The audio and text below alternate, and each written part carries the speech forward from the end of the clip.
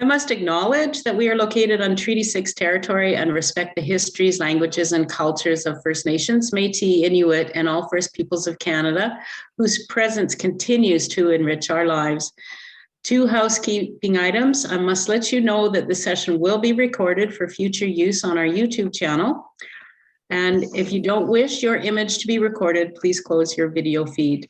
And secondly, may I remind you of the code of conduct that was outlined in your Zoom invitation.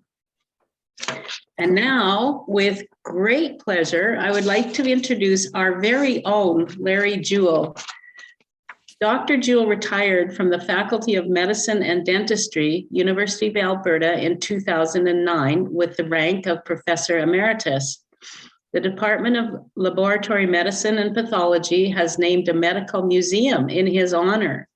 He was a founding member of AIDS Network of Edmonton, now HIV Edmonton, and served as its second board chair. He also served as a member of the Alberta government's inaugural advisory committee on AIDS. He has contributed to Alberta Health Services Sexual and Gender Diversity online information page. Openly gay for many years, he has spoken and written widely on a variety of subjects, including HIV, addictions, and mental health, and aging in the LGBT community. He's been a member of the Edmonton Pride Seniors Group since its inception. Dr. Larry Jewell. Thank you so much, Jan, and thank you everyone for attending. If I seem a little tired, it's because we had a scheduled power outage in our building last evening. I couldn't use my CPAP machine, so I got almost no uninterrupted sleep.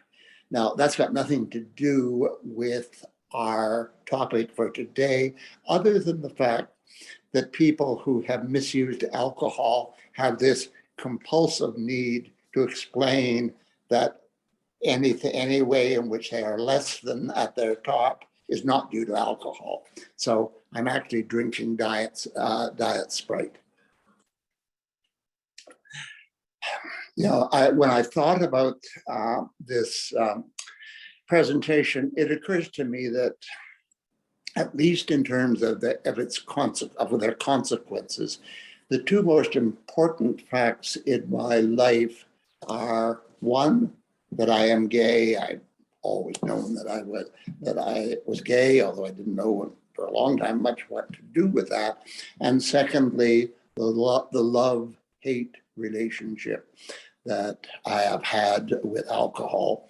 And I'm going to talk about those, and to a degree, the way in which those 2 facts were entangled and disentangled and tangled again. There certainly was a period in my early life when I believed that being gay was the sickness and drinking was simply a way of life. It took a while to realize that I had that backwards. I also would like to leave you with the paradox that these 2 things which I saw as deficiencies, as weaknesses, as problematic aspects of my life, these weaknesses, I think over the course of my nearly 80 years, have in fact become sources of strength. And that perhaps is the optimistic lesson that I want to leave, the way in which we can convert weakness to strength. Now, let me say at the outset, the story is personal. The viewpoints, the experiences that I relate are mine. I'm not presenting them as universal truths, although there will be in the middle and again at the end an interlude in which I'll give you some information that I think would be generally accepted about alcohol and alcohol use disorder. So let's start. I'll do it chronologically and start with my early childhood. I grew up in a small town in northern Alberta, initially on a farm, than in the town itself. And in that town, or in the farm in which we lived, my father's two brothers were there. Their kids were there. There were lots of cousins and other friends and so on. And my family, although it wasn't a very demonstrative family emotionally, I had no doubt that I was loved. I had no doubt that they loved me. And yet, despite all this normalcy around me, something felt wrong. There was some part of me that felt as though I didn't belong. Now, I'm talking about a 7, 8, 9-year-old awareness of sexuality, overt awareness of sexuality, I simply didn't have. So I don't know what that is about. I do in some ways, I think it is the ism of alcoholism. You add alcohol and stir, and you end up with an alcoholic when you've got this sort of sense of being someone other. And I often had a sense that I was looking on my life rather than living it. Even those are my strongest memories from early childhood. And my principal source of strength was that I was a good student, and my parents valued education. The reason, indeed, that we moved from the farm to the town was so that my sisters and I could leave the one-room country school and end up and continue our education in the small town. I can remember in that town, for example, crossing the street, and this is a town of 1,200 people or thereabouts, crossing the street, if I saw someone whom I felt I didn't know well enough to say hello to. I mean, none of this, it's a profound sort of sense of malaise. But as time went on, I got to know people, I had a group of friends, I got some self-esteem, I guess, from my academic prowess. I would have given all of that up for even the slightest bit of athletic prowess, which I didn't have. But I was pretty clear that I was going to A, leave that town, and B, go into a bigger city. The ultimate idea that I would end up in New York or San Francisco. Now, once I'm into early adolescence, sexuality, which I'd been aware of all along, I didn't have any doubt that I was gay. I didn't have any doubt that in the late 50s, 1960, that was going to be a problem. And so by the time I leave Athabasca for Edmonton, university for me was a good time as an undergraduate. Again, I continued to do well. I had to work a little harder. I mean, as a kid, I thought studying was a form of cheating. If you didn't know it, you shouldn't claim it. I had to work a little harder in university, but I still did well. And in addition to the academic stuff, university is a great way for adolescents to move slowly into adulthood, this sort of long autumnal phase of adolescence. And I found people who, like me, felt a little bit as misfits, had issues of varying sorts, but this band of outsiders, as we probably would have seen ourselves, we got on. However, one can do that only for a certain time. And by the time I started off in history, I moved into science with the idea, I always knew that I was going to end for an academic career. And I saw, for a number of reasons, that medical school would be a good way of getting into that, into academia.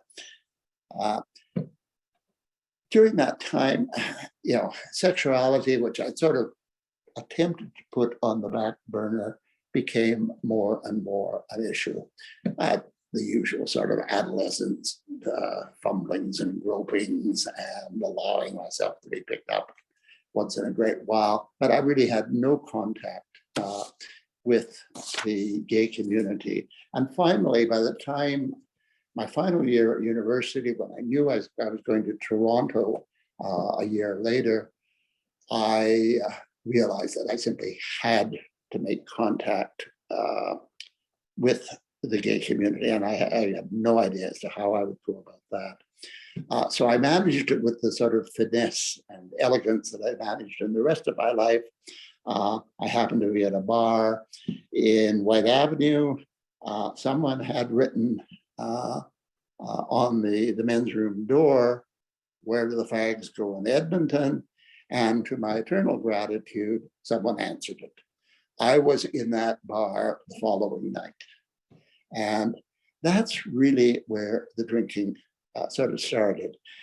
I didn't realize at the time but I should have realized. I had been used to being at the very top of the class, me and Lauren Terrell and Jim Wright. And in that last year, when I spent far more time in the bar than I needed or should have done, I felt it's still very respectable marks. I was 8th or 10th of the class or something, but it was my thought then, I think, was, it doesn't really matter. I'm still doing fine. And I'll head off to Toronto, which I did, to intern, full of optimism, glad that I'd finally found some people who were gay. I knew that Toronto would have a much larger and more organized gay community, which indeed it did. A classmate of mine, someone who I think Michael has met, had also come out to me. So I knew there was one other person that I had a lot of professional and personal connections with. And life looked good. I really seemed to have the, be on top of the world. And for the first year, it was fine. When you interned, you work and sleep. There was really no time for anything else. But as I moved into a residency, I found I had more time. And that time was spent really increasingly in what was then the only sort of social, safe social spot for gay men, which was the bar. And there were a series of bars. Edmonton at this point did not quite have a bar. It had bits of a bar that gay men were known to frequent. But Toronto had a number of bars, and I knew them all very well. And I'm not going to go over the detail of the details, but basically over that period from 68 to 75, in 1975, I went from being someone who looked to be on top of the world to being, if not on Skid Row, within spitting distance of it.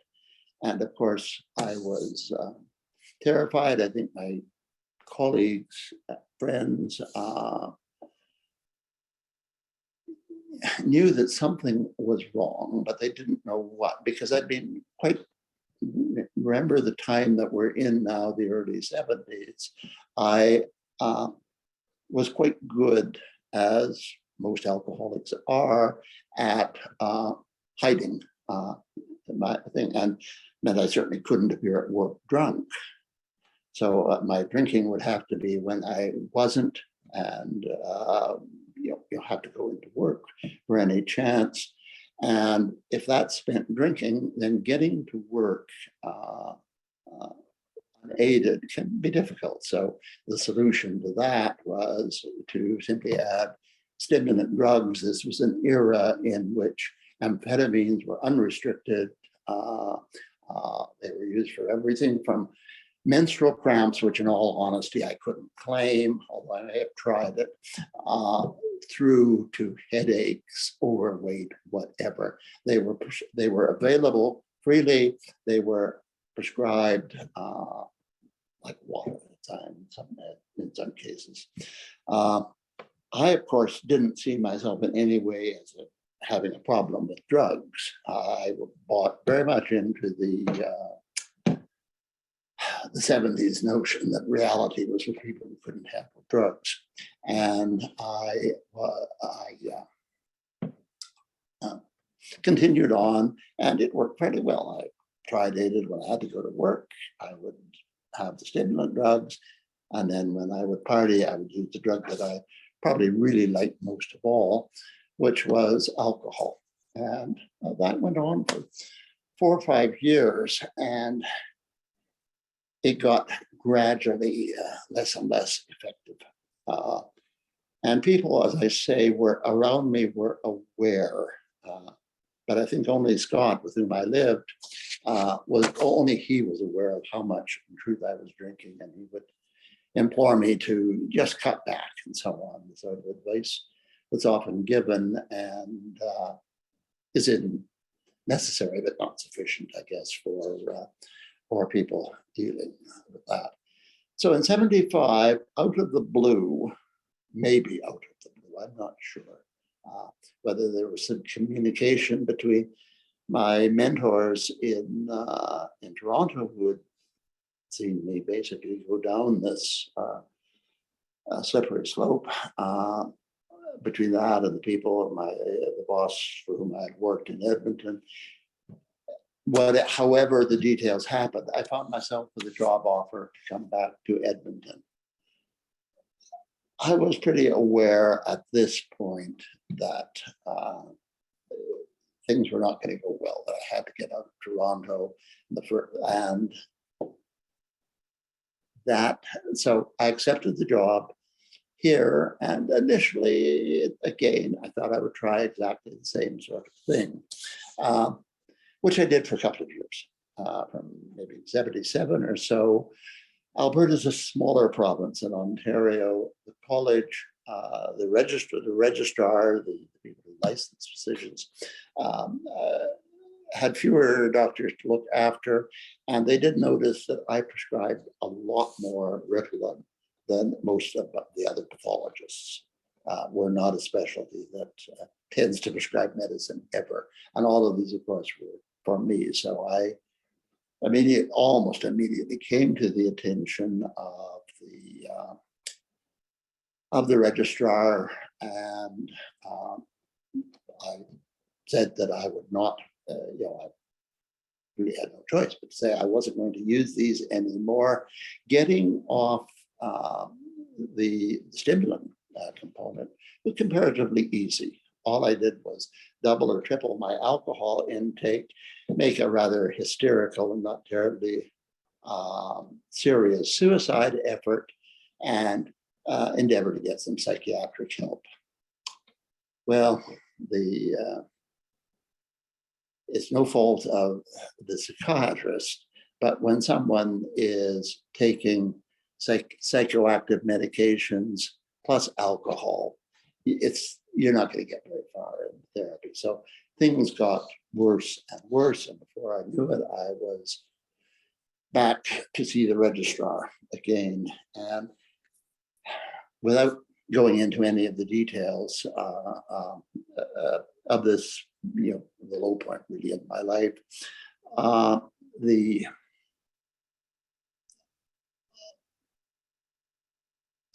use a metaphor, which I don't know where it came from, but I think it describes the feeling in this sort of thing, which is that alcohol had given me wings to fly, and then it took the sky away. And that very much catches my feeling at that point. I had this rich interior life, utterly unconnected to any external reality. And that makes it very hard to want to leave this interior. So gradually, like the rings in the bullseye or peeling an onion, little by little, you strip things away. First the casual things, and finally the only thing that was left really was me and my bottle. That obviously can't go on for any significant length of time. And one of the most remarkable, what I probably should say at this point as well, that the bars, which had been so central in my developing the problems with alcohol, now were no longer a factor. I mean, I didn't want to see anyone under any circumstances. I would avoid even my family to the extent that I could. And all of these things in this sort of alcoholic solitude. That changed, of course. Needless to say, my colleagues were, beside themselves trying to figure out what was wrong. By this time, it was pretty clear in the way that it hadn't been earlier that what the problem was, and efforts were made locally and so on to try to get these things, and they would work for a week or so.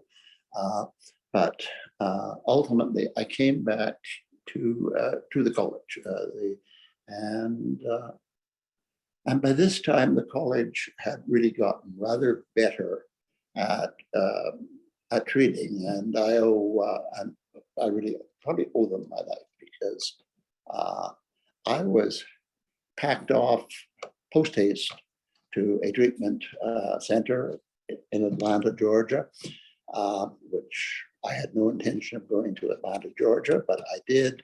And I recall as clearly as today, a colleague, not gay, straight, someone whom I didn't even know, who came from another small town, came to see me, told me something of his experience with alcohol, and he was smiling and cheerful. And it's been a long time since I'd smiled. He actually took me on the plane to Atlanta, and I was there in Ridgeview for 4 or 5 months.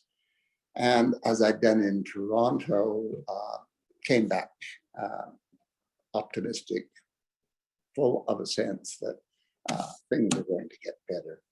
And maybe this is a reasonable time, looking at the time, a reasonable time at which to talk about what goes on in alcohol treatment centers. And really there are, I guess, 3 principal components. Education about alcohol and alcoholism, which most of us might have thought we knew, but knew very little about. Secondly, psychiatric evaluation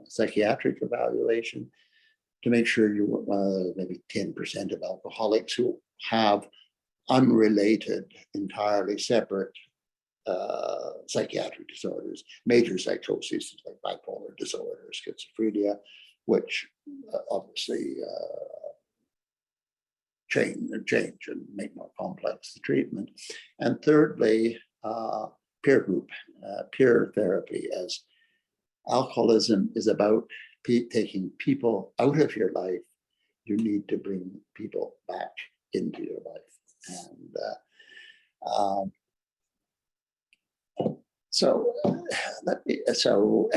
and that it was 5 months time to do it. The other thing which we did, which was very useful for me at this point, is what was called mirroring, that we would admit the new patients as they came in. And I heard more crazy stories about why people had to drink. And it reminded me a lot of the stories that I had told other people as to why I didn't do what I had done. And so what do we know about the causes of alcoholism? Well, firstly, you require alcohol. Seems obvious.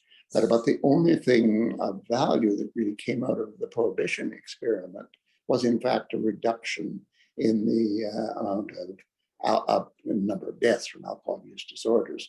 Now, that was gained at a cost, which was enormous in terms of social upheaval and so on. All those lessons that we haven't learned when it comes to drugs other than alcohol, we still, for the most part, are trying prohibition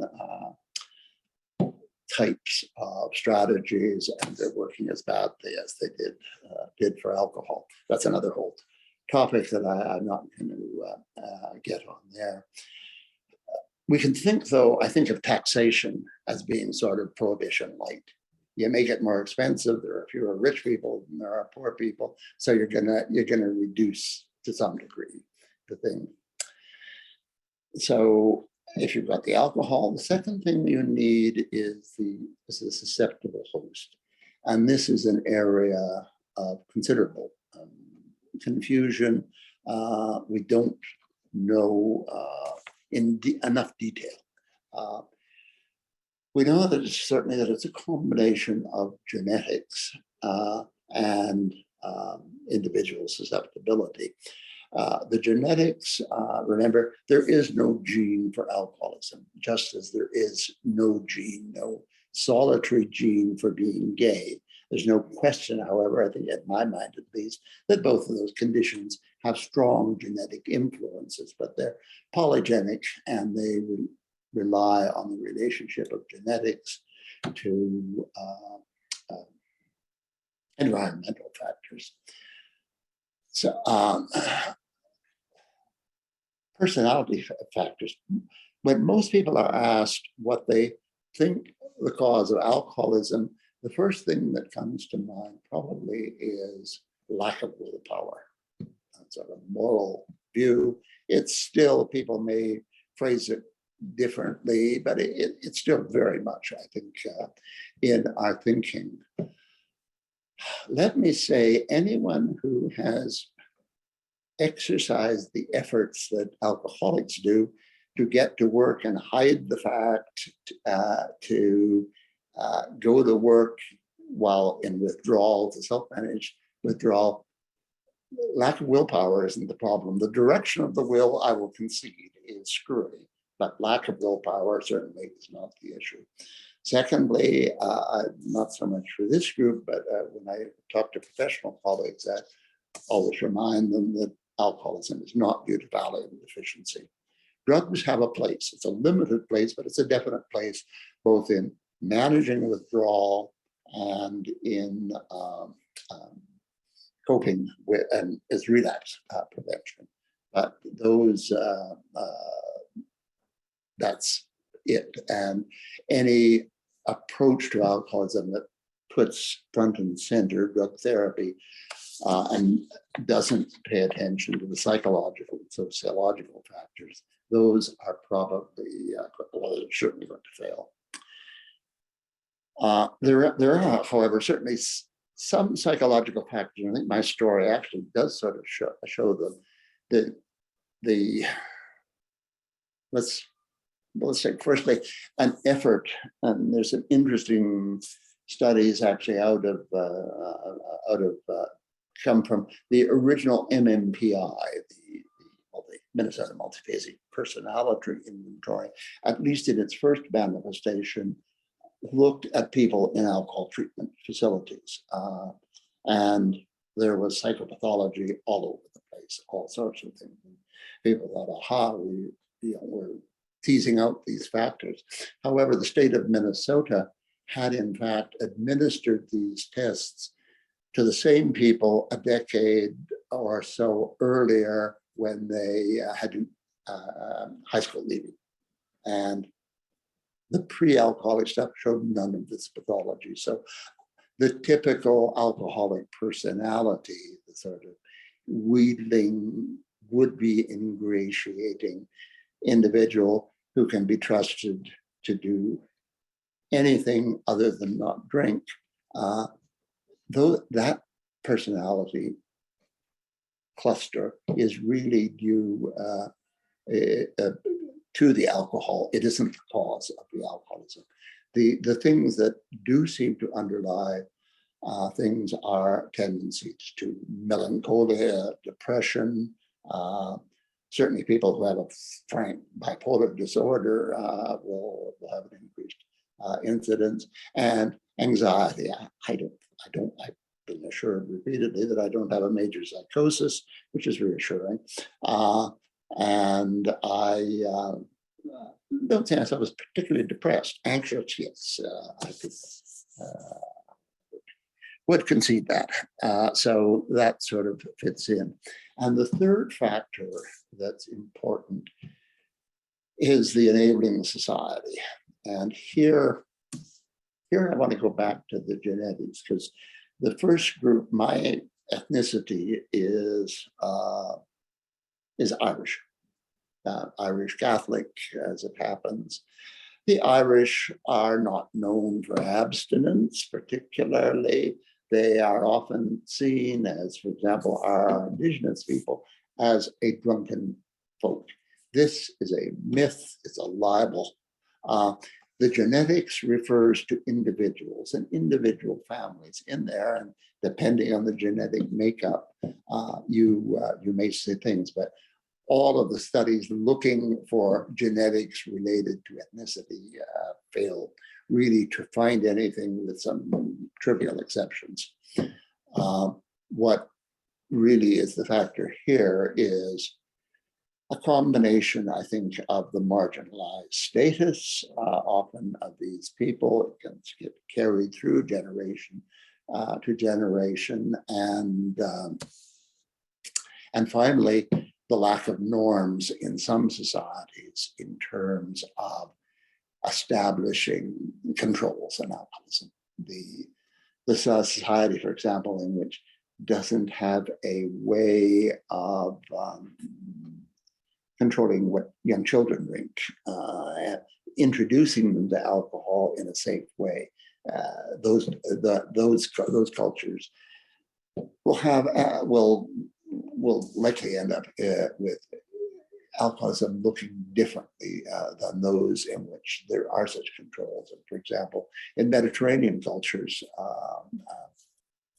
the sort of public drunkenness and bad behavior that is so characteristic of ours is much less common. It's seen as unacceptable behavior. Instead, alcoholic liver disease is enormously high in countries like France and Portugal.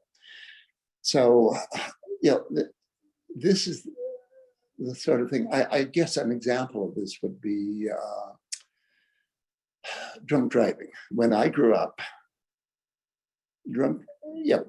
people frowned on drunken driving, but it was a sort of tut-tut, you shouldn't do that. But there was an underlying, boys will be boys, and while we really don't like it, it's part of the rite of passage in growing up. Many years of effort in groups like MAD and public health authorities, I think, have changed that. So we obviously still have drunken drivers, people who die from road accidents and other things with drunken drivers. But I don't believe anyone thinks that it's part of a rite of passage, that it's in any way acceptable. Now it's recognized for what it is. Similarly, in 1967, the notion of a designated driver would have been very, very foreign. So that combination, and we don't know in any detail, at least I don't know in any detail, in individual people, how the various components do turn out.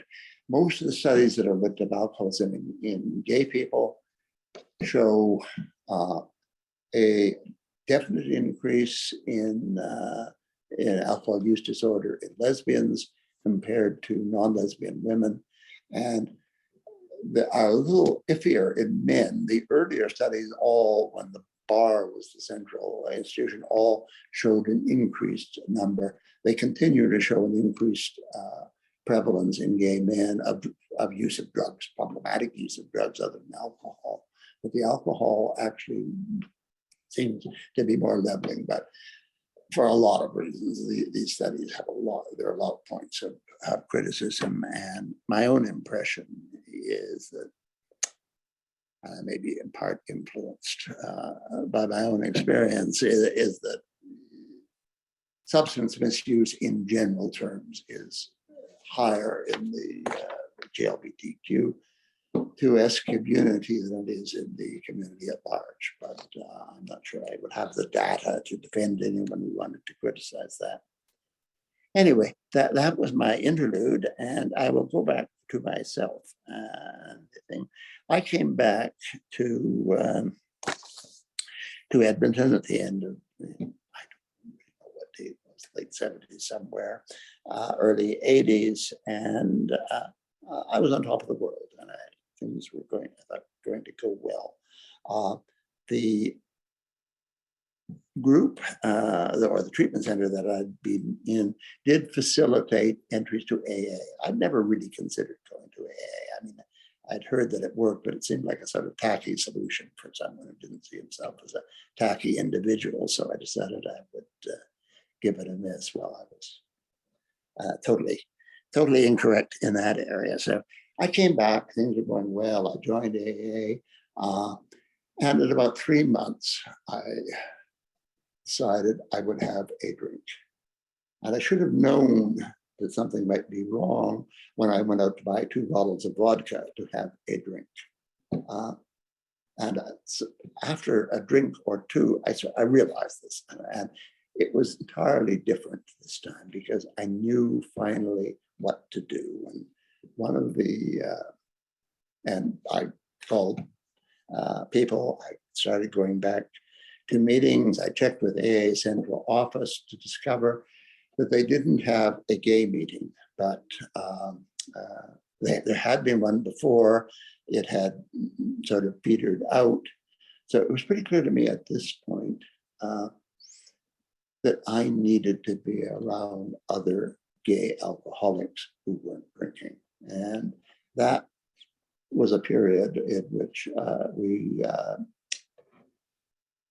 by coincidence, there are a lot of coincidences in the stories. An old friend, one of the first people I'd met when I initially came out in Edmonton, and now a decade or more ago, was also there. Now, I'd noticed at the time that I knew Jim a decade ago that he was drinking more than to be good for him. We're always good at spotting other people's drinking, not our own. So he and I and the third person decided we would start. We talked to the people at the Unitarian Church over on the old location on 124th Street and 10th Avenue, and started a meeting. My main function in this meeting was to make sure that Jim, who loved hockey, to get him to come to the meetings at the times when the hockey games were on. And no, he couldn't watch the hockey game while the other. It took a while. It took probably 6 months before we got any other people. There were just the 3 of us. It was getting a little boring in truth, but gradually people came on. It was a cause for celebration when our first woman came along. And those meetings now, they've changed in different ways. Locations and so on, but they've gone on since the 70s, it's what, about 40 years. The 2 people who founded that group, that latter group, Jim died a couple of years ago, mid-80s, sober for good many years, grouchy as ever. And the third person never got any period of sobriety, and so far as I lost track with him, but I believe ended up probably, I hope he got it, but I'm not aware that he did. Just about that time, and this is the point at which I will try to leave, HIV appeared on the scene, and suddenly it may seem cruel to say that there were good things out of AA, but I believe in a social sense, much of the power that the community recognizes that it has came from dealing with HIV. And certainly for me, as an individual, here was a reason not get back in that area. I did have a relapse 20 years later. It was relatively short-lived. I went back to the groups and got another loading dose of AA, in particular of that one, the doctors group, which I'd also been instrumental in getting started, was helpful. And that's really the point at which I'll maybe just a couple of little practical points. Firstly, how do interventions and so on, I'm not going to talk about formal family interventions, but how do you know when people are drinking, that their drinking is getting excessive? Well, firstly, there's the whole concept of dangerous drinking, which when I looked at the last figures, was 7% of Americans is the US data, and that 7%, I thought that looks a little low. I was used to a figure close to double that. But then I looked and saw these were people with problematic drinking over the age of 12. So if you take the adolescents out, you get back up to 10% or so of that number. And the dangerous drinking over a week for men, basically more than 7 drinks in a week, or more than 4 drinks at any given time, is what is defined as dangerous drinking. For women who are less likely to develop alcohol use disorder, but do so in lower doses, even when corrected for mean body weight, things like that. There, it's 1 drink a day, total of 7 in a week, or 3 drinks at any particular occasion. Let me be clear what that means. That doesn't mean these are people who are or will become alcoholic. It means if you drink less than that, you really aren't you're really not in danger. You know, you're just not drinking enough for the most part to become alcoholic. And people could use a short screening device that can actually incorporate it in any interview. And I'll do it here, not expecting you to answer, but I'll do it. The so-called CAGE questions. And CAGE stands for, firstly, have you made an effort to cut down your drinking? People whose drinking isn't problematic tend not to cut down their drinking. Secondly, have you ever gotten angry when people have made even a casual comment about your drinking? This oversensitivity, which suggests that at some level you're sort of done. And finally, have you ever felt guilty? Thirdly, have you ever felt guilty about drinking? And finally, the E of CAGE stands for an eye opener. And the way you score those 4 questions, you're entitled 1. 2 or more don't make any diagnosis, but they are an indication for a physician or other healthcare provider to explore a little detail, find out the details of what, when, and how these things are drunk. Many of us would say, I'd certainly be among us, that the eye opener question, which is sort of getting at withdrawal management and dependency, even if that's even the only one, that's worrying. I think probably should be. And finally, I would leave, and there is data to suggest that AA, for all its caveats and its problems, and it certainly has problems, works as well as anything. And there's a Cochrane study, which is sort of the standard. It's the Bible of medicine as far as evaluating studies go. And there are a couple of Cochrane studies, the most recent 2 years ago, which really reiterates that professional treatment programs that facilitate entry into AA work as well as anything and better than most things. There's less data. There are other groups, sometimes the misogynist language can be in a way in a group like Women for Sobriety and so on. The sort of whole notion of God, the greater power can be difficult for some people, but I'm as agnostic as when I ever started.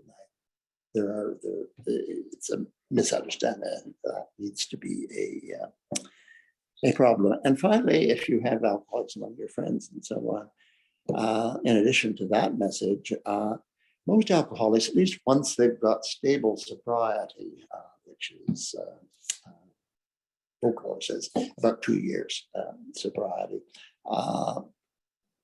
really aren't interested in what other people are drinking. And when I go out and see other people drinking, watch them get louder and sillier, sort of go ask me, yeah, that's what I don't want.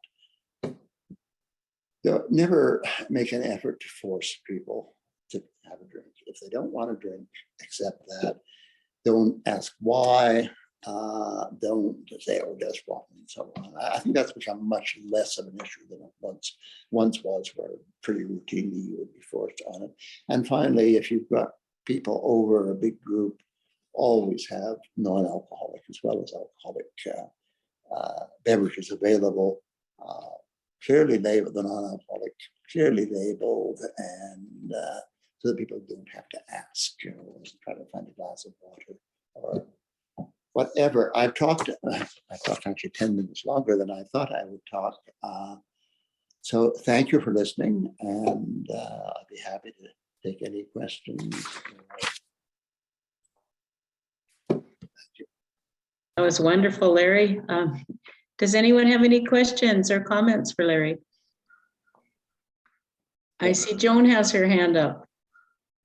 Please go ahead. Thank you. Hi, Larry. That was amazing. It's always so interesting to hear. You think I haven't been drinking for a couple of years now, and I always think I have a real handle on it, and that's the path in the past. So, but I'm intrigued with my own reaction, because every time I hear somebody talking about it, it's like, whoa, wow, that's so interesting, right? But anyway, thank you for that. And I just was curious. I'm sort of at the place where when I feel really good about where I am with the drinking and everything. And if other people drink, I just kind of don't gravitate towards that situation. But my thing is when I have company, like I'm always wondering about that. It's like, should I, just because I'm not drinking, should I, be a good host? And then I go, well, that's not really, you're tempting people. Maybe they would have quit drinking that day. So I'm curious, what do you think about that? Firstly, a general comment. Abstinence-based treatment is only for people with severe problems. So controlled drinking has its place, certainly. And finally, there's a spontaneous remission of alcoholism, more than most other diseases.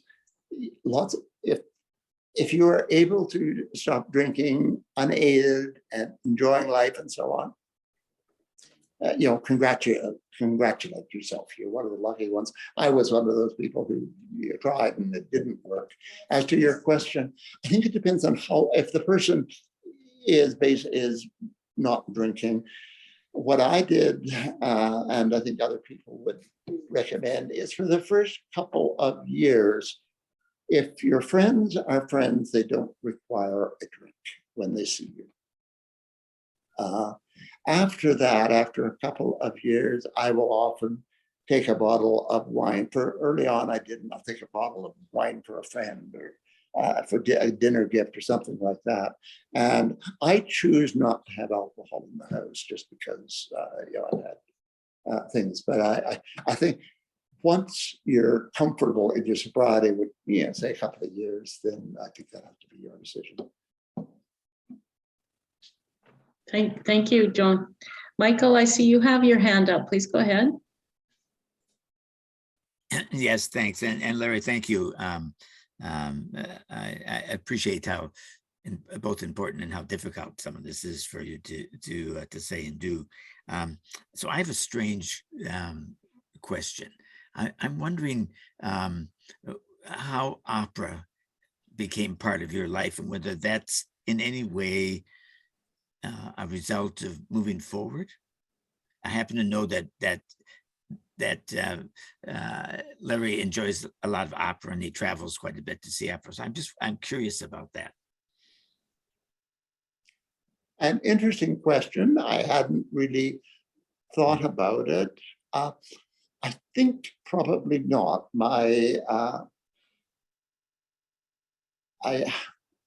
first sort of obsession with opera was back in that good time when I was still at university, on the old Sahara Theatre in Westmount. Used to had a movie theater there, and I remember it was February, January, February, cold winter months. They were playing a Don Giovanni, and I loved Mozart's music. And I walked over every day to see it. And it's a long walk from campus to Westmount in February, especially. So I think what is probably true is the sort of heightened, exalted emotional state that for some of us, opera fans at least, that opera produces in a way that other art forms don't. Gets back to that sort of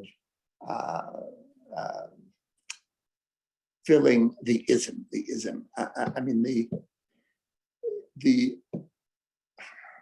it's one of the few things that I know that in its most intense form will almost reproduce the feeling of being drunk and having that something. So an interesting question. I need to think on it. Maybe there's another talk right there, complete with arias. Thanks, Mike. Thanks. Anyone else have any questions or comments for Larry? I see Eric has his hand up. Please go ahead. Just thank you so much, Larry. That was really very inspiring, and also a good help for dealing with a friend who has a bit of an issue, to understand it a little bit better. But for me, I used to travel quite a bit on work, and I never had a problem with alcohol. But because of some medication I was taking at one point in my life, I couldn't drink. And I thought, thank God I do not have an issue with alcohol, because at any gathering, what I felt was intense pressure to, why aren't you having a drink? What can I get you? You don't look, you're not feeling. So I just, ever since, yes, I've always been, if I'm hosting somebody, I always make sure that there are non-alcoholic beverages available, and really try not to imply that the norm is to have a drink. Yeah, I slip up sometimes, but yeah. Again, I just want to thank you so much. That was really profound. Yes, I use my professional status, and I would carry a pager even though I wasn't on call. And my explanation, instead of having the guts to say I don't drink because I'm an alcoholic, I would say I'm on call tonight, can't drink.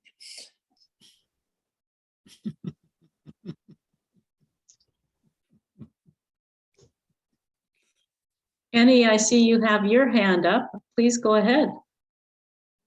Yes, it is me. Hi, Larry. Hi, Jen. Hi.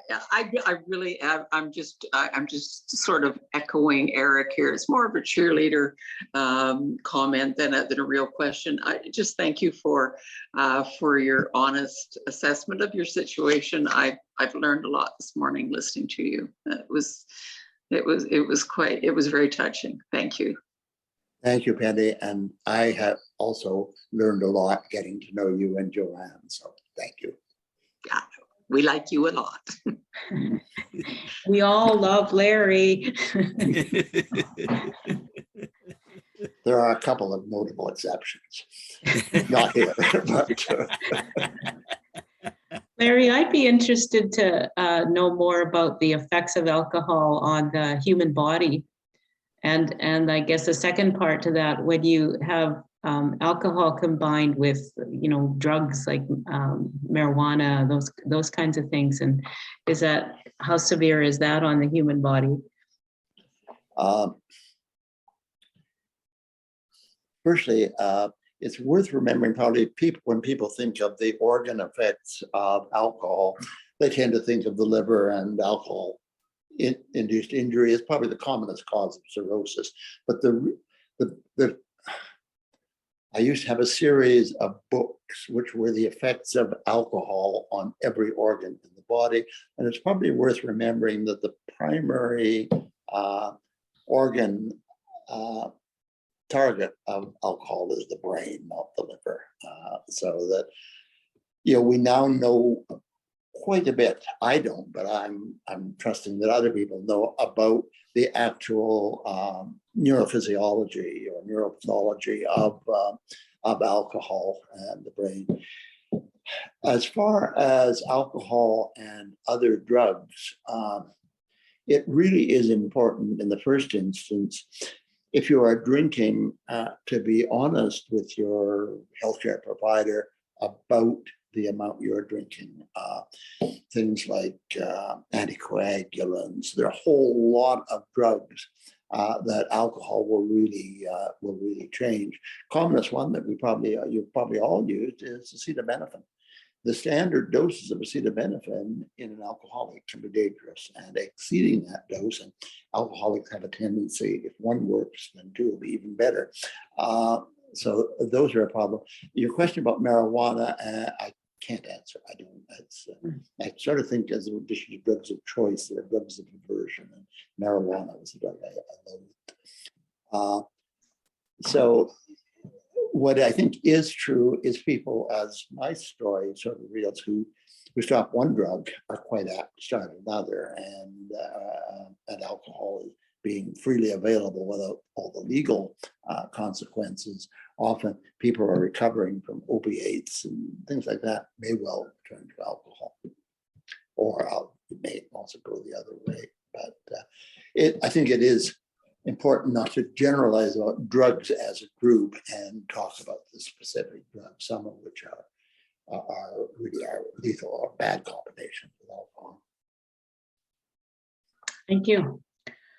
We have a couple minutes left. Does anyone else have a comment or a question for Larry? I see none. Larry, I'll give you the final word. Do you have any events you want to advertise or any last words for us? No, just thank you for listening. Well, Larry, that was very inspiring. I sure appreciate that you've done that. And thank you to all of you for coming today. I hope you will join us all next week when we will have an open discussion about our last quarter of Aging with Pride sessions. There will be a survey coming out shortly. Please take a moment, fill that out, and get back to us. And hope to see you all next week. Bye, everyone.